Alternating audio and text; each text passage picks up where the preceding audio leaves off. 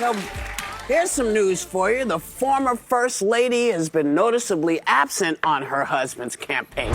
And I've been criticizing them for 8 years for doing it, pointing out that it's not the job of the media to take sides. Piers Morgan, known for his fiery opinions and unfiltered commentary, has once again stirred the pot, this time taking aim at the daytime talk show The View. If you've ever found yourself rolling your eyes at the show's endless hot takes, you're not alone. Morgan didn't just dip his toes into the criticism pool, he cannonballed in, calling the show pointless, irrelevant, and a Trump-loathing joke. And let's be honest, love him or hate him, the man does know how to make headlines, and this one's a doozy. It's the more insidious, secret, partisan behavior of very liberal-dominated newsrooms working at the supposedly impartial. Over the years, Morgan has established himself as a staunch critic of what he calls cancel culture, likening it to modern-day fascism and claiming it silences free speech. He's ranted about it countless times, calling it a threat to democracy and slamming those he believes are perpetuating it.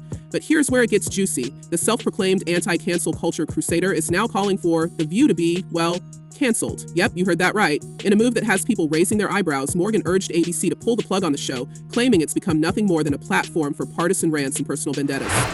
Which, by the way, how annoying is The View getting? God, they're insufferable, that lot, aren't they? It's just a side effect. His takedown began with a scathing column in the New York Post, where he didn't hold back.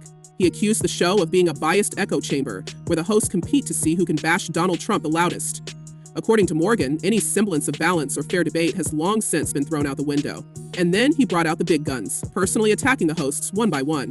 Joy Behar, he dragged her over a controversial Halloween costume she wore in the past and accused her of hypocrisy. Alyssa Farah Griffin, Morgan labeled her a flip-flopper, pointing out how she once praised Trump during her time in his administration but has since become one of his loudest critics. Sunny Hostin, he called her out for criticizing Nikki Haley over not using her birth name while she herself doesn't go by her own first name. And let's not forget Whoopi Goldberg, who Morgan slammed for her past controversies, including her suspension from The View over comments about the Holocaust. So we know Sunny Hostin and her husband, Dr. Emmanuel Hostin, are preparing for a legal battle to fight accusations that he committed federal insurance fraud. But Morgan didn't stop there. He painted a vivid picture of his so-called nightmares, where he's trapped on a desert island with the hosts of The View. According to his highly colorful description, each host takes turns ranting about Trump, leaving him mentally scarred. While it might sound dramatic, it's classic Morgan. Over the top, sensational, and impossible to ignore. And it seems he's not the only one who feels this way. Plenty of people chimed in to agree with him, saying the show has become unwatchable. One commenter even said, "Just cancel that stupid waste of airtime." Another added, "I am not afraid of these women, especially the racist Sunny." Clearly, Morgan has struck a chord with some viewers who feel the show has strayed too far into political territory and left behind its original premise of showcasing diverse opinions. And they're essentially saying that it's a money grab, and they're also going to countersue for millions of dollars, $5 million plus. But not everyone is on Team Morgan. Critics of his comments have pointed out that calling for the cancellation of The View directly contradicts his long-standing crusade against cancel culture.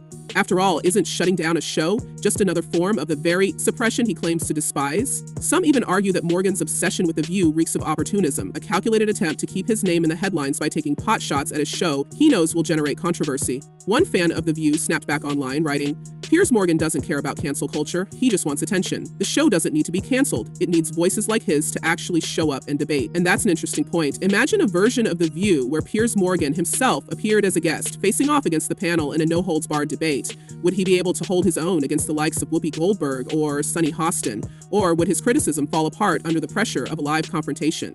It's a scenario that would undoubtedly draw massive ratings, and one that could even address Morgan's complaints about the lack of diverse opinions on the show. Of course, getting Morgan and the current hosts to agree to such a setup might be a pipe dream, given the bad blood between them. But I would tell them to look at themselves very hard in the mirror and say, have we really not brought this on ourselves? Still, this tension highlights a larger issue with shows like The View. Are they truly open forums for discussion, or are they simply echo chambers for particular ideologies?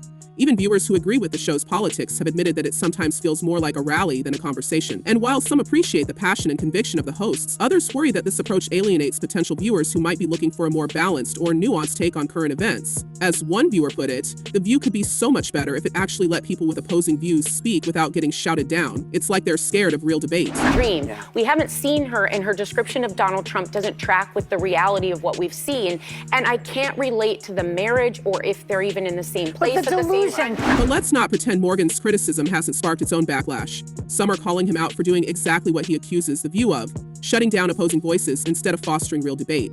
After all, isn't the whole point of free speech to allow for differing opinions, even ones you strongly disagree with?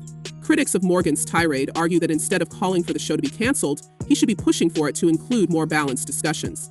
Imagine a version of The View where conservative and liberal voices engage in genuine, respectful debates. Now that would be something worth watching. Of course, The View itself isn't exactly known for handling opposing viewpoints with grace. Morgan pointed out how conservative guests are often treated like punching bags, barely able to get a word in before being interrupted or criticized. It's no secret the show leans heavily to the left, which has earned it a loyal fan base, but also plenty of detractors. And while the hosts insist they represent a variety of perspectives, it's hard to ignore the fact that most of their discussions end up being one-sided takedowns of anyone who doesn't align with their views. A perfect example of this dynamic played out during Vice President Kamala Harris's recent appearance on the show.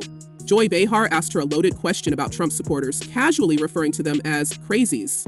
Harris, perhaps realizing she was walking into a political minefield, kept her response vague and focused on fear rather than offering any concrete policies. Morgan was quick to pounce on this, criticizing both Behar for the question and Harris for her lackluster answer. He argued that the entire segment was emblematic of what's wrong with The View, a platform that prioritizes political jabs over meaningful conversations. DJ, that was true. Let's show to. He's mean to the Haitians. He's mean to women. He's mean to immigrants. Everybody. He's mean to everybody. He's not mean to Melania. But let's not forget the other side of the argument. Some fans and panelists defended Harris, saying she handled herself well by avoiding major traps. They argued that her role wasn't to shine, but simply to avoid making any costly missteps. And honestly, in today's political climate, that might be the smartest strategy. Still, it's hard to ignore the broader criticism that The View has become more about scoring cheap political points than fostering genuine dialogue. As for Morgan's suggestion that the show should be canceled, it's a bold claim, to say the least. Canceling a long-running program like The View would be a massive shakeup, and it's unlikely ABC would consider it unless ratings took a significant dive. But Morgan's comments have sparked a larger conversation about the state of daytime talk shows and whether they've lost their way. Are these shows still serving their original purpose, or have they become platforms for partisan bickering?